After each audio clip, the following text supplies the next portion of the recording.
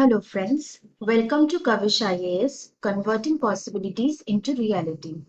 आज हम मेंस पर्याप्त के इस सेशन में जीएस पेपर 3 के science and tech and space technology के बारे में एक बहुत इंपॉर्टेंट टॉपिक जो चल रहा है दैट इज चंद्रयान 3 उसके बारे में डिस्कस करेंगे। क्यों चंद्रयान 3 हमारे लिए इतना इंपॉर्टेंट है? Why are we focusing on landing on moon so much? ये सब हमें देखना होगा और ये इस साल के मेंस के लिए तो बहुत ही इंपॉर्टेंट टॉपिक है और नेक्स्ट ईयर प्रीलिम्स में भी इसमें से काफी सारे क्वेश्चंस पूछे जा सकते हैं। इस सीरीज को हम दो पार्ट्स में कवर करेंगे, पार्ट 1 एंड पार्ट 2। तो चलिए आज इस सीरीज के पार्ट 1 के बारे में डिस्कस कर लेते हैं। हमारे इस सेशन में क्या क्या चीजें हमें पढ़नी होंगी। पहला होगा history of India's moon mission. उसके बाद आएगा कोर्स ऑफ चंद्रयान 2, मतलब चंद्रयान कैसी ट्रैजेक्टरी फॉलो कर रहा है, क्यों वो ट्रैजेक्टरी फॉलो कर रहा है और फिर अल्टीमेटली कैसे लैंड करेगा।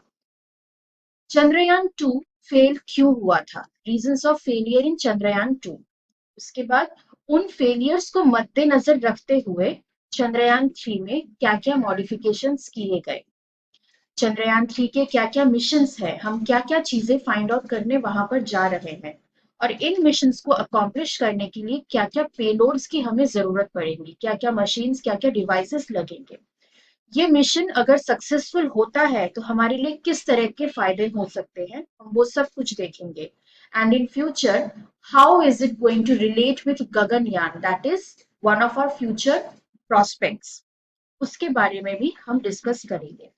आज पार्ट 1 में हम लोग up to modifications in Chandrayaan 3 पढ़ेंगे, क्या क्या चेंजेस लाए गए हैं। Okay, so let us start the core session. तो फर्स्ट पॉइंट है history of India's moon mission.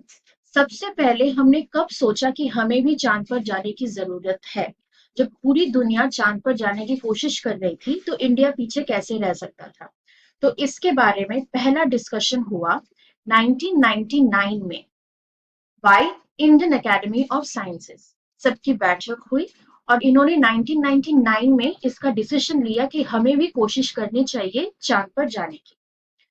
और उस वक्त के प्राइम मिनिस्टर श्री अटल बिहारी वाजपेयी जी ने 15 अगस्त में 2003 के स्वतंत्रता दिवस के टाइम पे अनाउंस किया था चंद्रयान प्रोजेक्ट के बारे में। ओके, उसके बाद चंद्रयान 3 स्टेजेस में चल रहा है अभी तक। पहले आया चंद्रयान 1 2008 में, फिर आया चंद्रयान 2 2019 में, फिर आया चंद्रयान 3 जो अभी चल रहा है। Now, how is Chandrayaan 1 different from Chandrayaan 2 and 3? Chandrayaan 2 और 3 में सॉफ्ट लैंडिंग की फर्स्ट कोशिश की गई। सॉफ्ट लैंडिंग मतलब आराम से उतरना, कोई डिवाइस में कोई नुकसान नहीं पहुंचाते हुए। जबकि चंद्रयान 1 में सॉफ्ट लैंडिंग का कॉन्सेप्ट नहीं था, यहां पर था क्रैश लैंडिंग।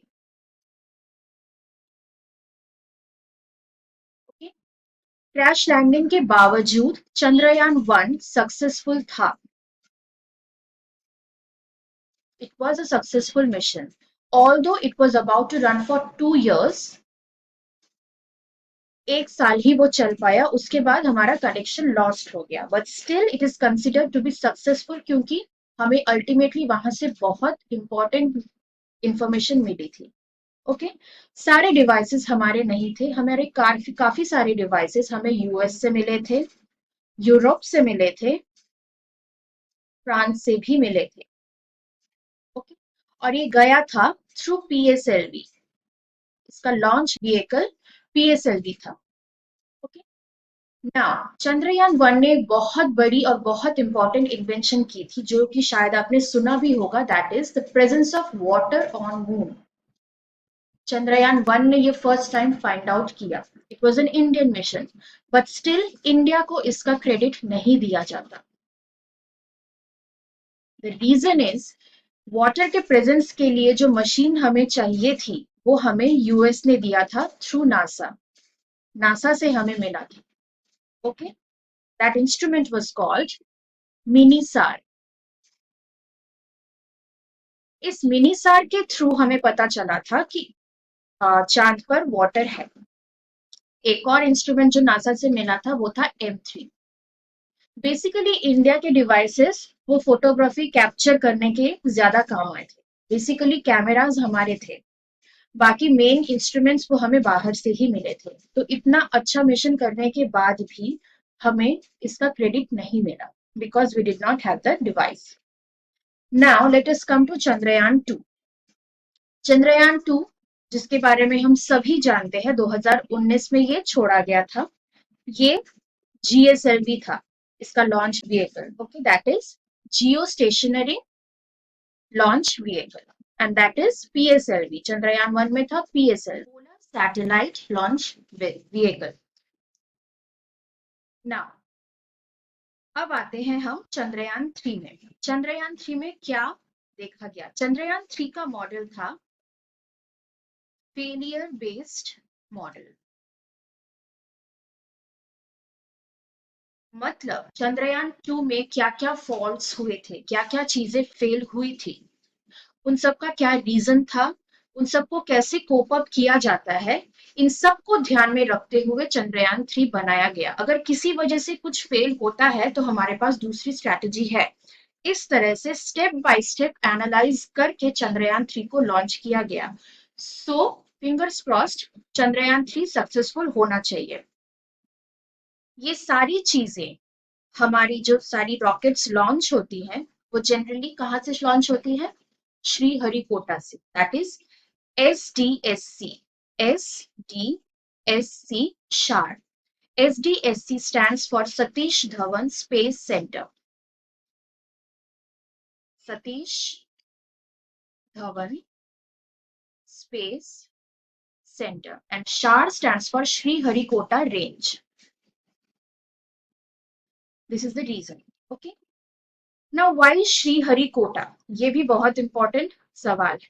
इंडिया इतना बड़ा है, why only Sriharikota? One of the reasons is it is an island. एक एक करके लिखते हैं। Okay, one of the reasons is it is an island. Reason number 2 is islands हमारे पास बहुत हैं. Why are we choosing this place? Because जब ये सेटल किया गया था, जब ये श्रीहरिकोटा में स्पेस सेंटर बनाया गया था, तब यहाँ पर ह्यूमन सेटलमेंट बहुत कम था। दूसरा पॉइंट, यहाँ पर बायोडाइवर्सिटी भी बहुत कम है। So whatever the tremors, whatever the environmental damage that we are causing, ultimately थोड़ा तो डैमेज हो ही रहा है। उससे बायोडाइवर्सिटी को डायरेक्ट थ्रेट यहाँ से पूरे देश में यहाँ से सबसे कम होगा। Okay, so human and biodiversity की अवेलेबिलिटी यहाँ पर मिनिमम है। Okay, third and most important point, let us come to this figure. If you can see, this is India. यहाँ पर इंडिया है और ये ब्लैक लाइन इक्वेटर है। ये ब्लैक लाइन इक्वेटर है। समवेयर हियर श्रीहरिकोटा है। हमारे पास इतना बड़ा कोस्ट लाइन है। Why did we choose Sriharikota? The reason is rockets हमेशा वेस्ट टू ईस्ट छोड़े जाते हैं। मीन्स वेस्ट से छोड़ने के बाद they will travel eastward. Okay, बिल्कुल वैसे जैसे अर्थ भी घूमता है। अर्थ भी वेस्ट टू ईस्ट ही घूमता है, इसीलिए सनराइज पहले ईस्ट में होता है। सो अर्थ के साथ साथ ही जब वो घूमेगा तो उसको एक बेनिफिट मिलता है अर्थ के रोटेशन का। अर्थ के रोटेशन का उसको बेनिफिट मिल जाता है, तो वो ज्यादा डिस्टेंस कवर कर सकता है। Number 1 point. So ultimately it will move like this, somewhere like this. Equator में आएगा, फिर वो ऑर्बिट में, इक्वेटर के ऑर्बिट में वो एंटर करता है। सपोज यही सेंटर हमने यहाँ या फिर यहाँ पर किया होता, बॉम्बे, बैंगलोर और समवेयर लाइक दैट हमने किया होता, तब ये प्रॉब्लम होती कि ये सारे ट्रैजेक्टरीज श्रीलंका के ऊपर से होकर जाते। श्रीलंका दूसरा कंट्री है, अभी ये प्रॉब्लम होता कि वहां पर लीगल इश्यूज हो जाते कि आप दूसरे देश के ऊपर से अपना सैटेलाइट लॉन्च कर रहे हो या अपना अपना रॉकेट लॉन्च कर रहे हो। ठीक है, कुछ डिफेंस इश्यूज हो सकते हैं। इस प्रॉब्लम को अवॉइड करने के लिए हमने ईस्टर्न कोस्ट ही चूज किया और वहां पर Sriharikota was the best place. This is the reason we have chosen Sriharikota. Okay, next. अभी यह चंद्रयान टूर का कोर्स क्या है? What is the trajectory? Trajectory क्या है इसकी? ये फिगर आपने देखा ही होगा काफी जगह. क्या होता है? अर्थ होता है, इक्वेटर पे आ जाता है हमारा रॉकेट, वो ऑर्बिट्स में घूमता रहता है. धीरे धीरे ये ऑर्बिट साइज में एलिप्टिकल ऑर्बिट बड़ा होता रहता है. वाई बड़ा होता रहता है ताकि वो अल्टीमेटली ग्रेविटी से, अर्थ के ग्रेविटी से वो निकल जाए. स्लोली जब वो पूरा पूरा रिलीज हो जाएगा, फिर वो थ्रोन ऑफ हो जाएगा in this trajectory, lunar transfer trajectory. It will be thrown of. और ये सारे ऑर्बिट्स और ये पूरा ट्रैजेक्टरी बोला जाता है अर्थ सेंट्रिक. ठीक है, सो अर्थ सेंट्रिक से लूनार ट्रांसफर होता है, लूनार ट्रांसफर से हो जाता है फिर मून सेंट्रिक ऑर्बिट्स. फिर मून की ग्रेविटी में वो एंटर करना शुरू करता है स्लोली. ठीक है, बड़ा ऑर्बिट होगा, फिर छोटा, फिर धीरे धीरे छोटा होते होते अल्टीमेटली एक पॉइंट आएगा जहां पर वो मून के सरफेस से 100 किलोमीटर की ऊंचाई पे होगा. ठीक है ना. काफी सारे देश हैं जो चाहे तो 4 दिन में डायरेक्ट अर्थ से मून पहुंच जाते हैं. 1 हफ्ता, 2 हफ्ता, बहुत जल्दी पहुंच जाते हैं. ठीक है, हमें लग रहा है around 42 days because we have to follow this elliptical orbit path. काफी लंबा जर्नी. मेन टाइम तो इसी में लग रहा है. इस स्ट्रेट लाइन में ज्यादा टाइम लग भी नहीं रहा. ओके, सो इसलिए हमारा टाइम ज्यादा लग रहा है. क्यों हमें ये पाथवे लेने की जरूरत है? बिकॉज जो हमारा लॉन्च व्हीकल है जीएसएलवी का एक टाइप होता है, that is LVM-3, launch vehicle mark 3. ये हमको डायरेक्ट वहां तक नहीं ले जा सकते. हमारे पास वो टेक्नोलॉजी नहीं है कि हम जंप करके डायरेक्ट मून तक पहुंच जाए 4 दिन में या 1 हफ्ते में. Okay, we are still not technologically that advanced कि हम लोग इतनी जल्दी पहुंच जाए. हमारा व्हीकल हमें इसी तरह से लेके जा सकता है. अंडरस्टूड ना. जब ये 100 किलोमीटर की ऊंचाई पे पहुंच गया तब क्या होगा? तब लैंडर डीबूस्ट होगा. What does lander deboost mean? Basically हमारे पास है एक प्रोपल्शन मॉड्यूल. ठीक है, प्रोपल्शन मॉड्यूल ये पूरा ऑर्बिट करेगा और अल्टीमेटली लैंडर को छोड़ेगा. छोड़ करके वो बोलेगा कि तुम मून के सरफेस पे लैंड करो. Propulsion module, lander module and rover module.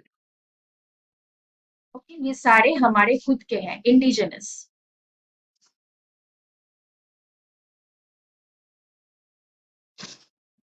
Okay, ये सारे हमारे खुद के मॉड्यूल्स हैं. लैंडर मॉड्यूल का नाम है Vikram. You must know about this, जो कि चंद्रयान 2 में भी था. I am writing it as C2. Rover module का नाम है प्रज्ञान.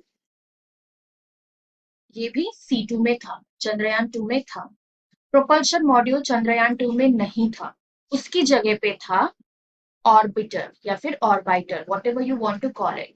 How are these two different? Basically हो सकता है प्रोपल्शन मॉड्यूल भी कभी लैंड कर जाए या फिर वो भी ग्रेविटी के अंदर आ जाए. ऑर्बिटर का ये नहीं होता. ऑर्बिटर कभी लैंड नहीं करता. Okay, it never lands. वो हमेशा ऑर्बिट में घूमता ही रहेगा. चंद्रयान 2 का ऑर्बिटर था. इसीलिए हमें एक फायदा हुआ. हमारा लैंडर तो चलो मे बी खराब हो गया, हमें पता भी नहीं है क्योंकि कनेक्शन ही लॉस्ट हो गया था. We still don't know what happened to it. लेकिन ऑर्बिटर्स में भी कुछ मशीन्स लगे हुए थे जो वहां से हमें मून के बारे में इंफॉर्मेशन कंटिन्यूअसली अभी तक दिए जा रहा है. तो पूरा मिशन हमारा फेल नहीं हुआ था. चंद्रयान 2 से भी हमें कुछ फायदा हो रहा है. ओके, तो ये हमारा एक फायदा हो गया. अब क्या होता है? सपोज ये 100 किलोमीटर की ऊंचाई पे पहुंच गया. 3 स्टेप होंगे. पहले एक होगा 100 किलोमीटर का, फिर होगा 30 किलोमीटर का, फिर होगा 100 मीटर का. 100 किलोमीटर में लैंडर डीबूस्ट होता है, मतलब लैंडर प्रोपल्शन मॉड्यूल से छूट जाता है। लैंडर वो जो लैंड करेगा, दिस फिगर, ये पूरा का पूरा जो मशीन है, दिस इज द लैंडर, इसके लेग्स होते हैं। ओके, इस लैंडर के अंदर ये छोटा सा रोवर होता है। लैंडर स्टेशनरी होगा, वहीं पे बैठा रहेगा, और रोवर यहाँ वहां घूम के रीडिंग्स कलेक्ट करता रहेगा, डेटा कलेक्ट करता रहेगा। ओके, सो 100 किलोमीटर में आकर लैंडर डीबूस्ट होता है। ठीक है, फिर धीरे धीरे उसका स्पीड भी कम होता है, जो स्पीड में वो था वो भी रिड्यूस होगा। फिर स्लोली वो 30 किलोमीटर की रेंज में आ जाएगा, 30 किलोमीटर की ऊंचाई पे आएगा। वहां पर फिर से स्पीड थोड़ा सा कम होगा। फिर 100 मीटर में आएगा, फिर स्पीड और थोड़ा कम होगा। इसीलिए हो रहा है सॉफ्ट लैंडिंग। इतना स्पेशलाइजेशन C2 में नहीं था, चंद्रयान 2 में नहीं था। सो इतना सारा मॉडिफिकेशन किया गया ताकि वो आराम से गिरता रहे।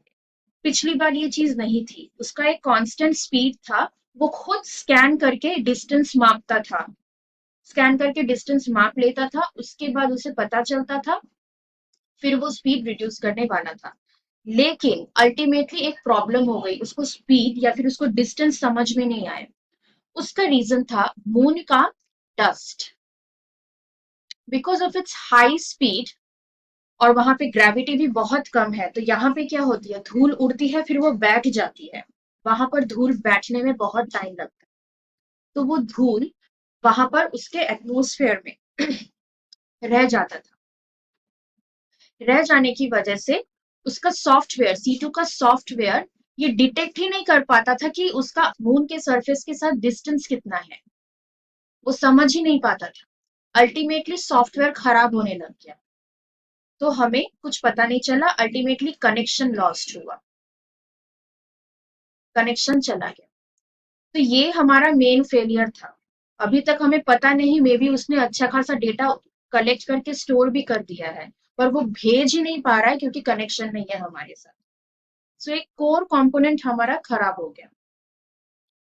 तो इस तरह से धीरे धीरे 100 किलोमीटर, 30 किलोमीटर, फिर 100 मीटर स्लोली करते करते वो लैंड करता है। लैंड करने के बाद वो रोवर को छोड़ता है। This is the main module. Okay, this is the main process that will happen. ये वही पॉइंट है कि लास्ट मोमेंट ग्लिच क्यों हुआ था, because of the dust particle. ये उसी के बारे में है। ठीक है, स्लोली उसको समझ में नहीं आया, डस्ट पार्टिकल्स का इंटरफेरेंस होने लगा, and as a result ultimately software खराब होने लगा। तो चंद्रयान 2 को मद्देनजर रखते हुए चंद्रयान 3 में क्या क्या मॉडिफिकेशंस किए गए थे। पहला तो एडिशन ऑफ पेलोड्स। हम लोग टेक्नोलॉजिकली थोड़े से एडवांस्ड तो हो गए, ठीक है, तो हमने पेलोड्स बढ़ा दिए। पेलोड्स मतलब जो वो कैरी करते हैं। ठीक है, जैसे मिसाइल का पेलोड होता है वॉरहेड, बिल्कुल वैसे ही किसी दूसरे रॉकेट का पेलोड दूसरा सैटेलाइट हो सकता है। ठीक है, यहाँ पर पेलोड्स थे कुछ दूसरे डिवाइसेस जो वहां से हमें डेटा भेज सकते हैं। दूसरा जो मोस्ट इंपॉर्टेंट था, दैट इज सेफ लैंडिंग के लिए हमने क्या क्या किया। सेफ लैंडिंग के लिए हमने लैंडर का वजन बढ़ा दिया। पहले जो हल्का पतला होगा वो लुढ़क जाएगा, इजीली गिर जाएगा, लेकिन जो वजनदार होगा उसको गिरने में टाइम लगेगा, वो खुद को सपोर्ट कर सकता है। तो लैंडर का वेट हमने थोड़ा बढ़ा दिया, और उसके लेग्स को हमने फोल्डेबल एंड स्ट्रॉन्गर बनाया। ठीक है, प्लस स्पीड कंट्रोल वाला पॉइंट है ही। 100 किलोमीटर, फिर 30 किलोमीटर, फिर 100 मीटर वाला पॉइंट है, ये वाला भी हमने इंट्रोड्यूस किया। तो आज का सेशन हम लोग यहाँ खत्म करते हैं, up to modifications in Chandrayaan 3। Next session में हम देखेंगे चंद्रयान 3 के मिशंस क्या हैं, क्या क्या पेलोड्स हैं, ये सब कुछ। ओके, उसका सिग्निफिकेंस क्या हो सकता है, जियोपॉलिटिकल सिग्निफिकेंस एंड ऑल, ये सब कुछ हम लोग देखें। तो यहाँ तक आप पढ़िए। अगर आपको कोई डाउट्स हो, कहीं पे कोई फर्दर क्लैरिफिकेशन की जरूरत हो, या फिर कोई भी सजेशन हो, आप चाहे तो चैट बॉक्स पे लिख सकते हैं, या फिर हमें इस नंबर पे कांटेक्ट कर सकते हैं। If you need any assistance for online and offline coaching, you can also contact us in Kolkata. हमारा एक सेंटर हाजरा में है और एक और सेंटर नॉर्थ कोलकाता में भी है। तब तक के लिए thank you and have a nice day.